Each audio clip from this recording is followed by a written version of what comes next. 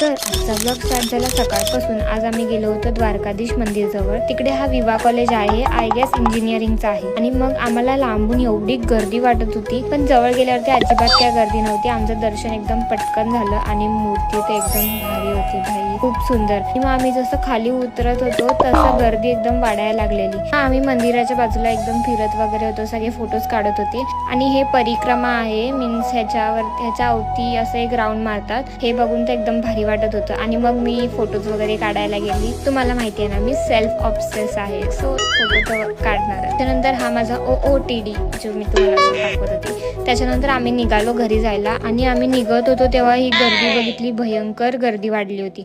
त्याच्यानंतर मी घरी आली आणि डायरेक्ट झोपून गेली. मग संध्याकाळी उठली आणि मग तलावाजवळ गेलेली. खूप भारी वाटत होता.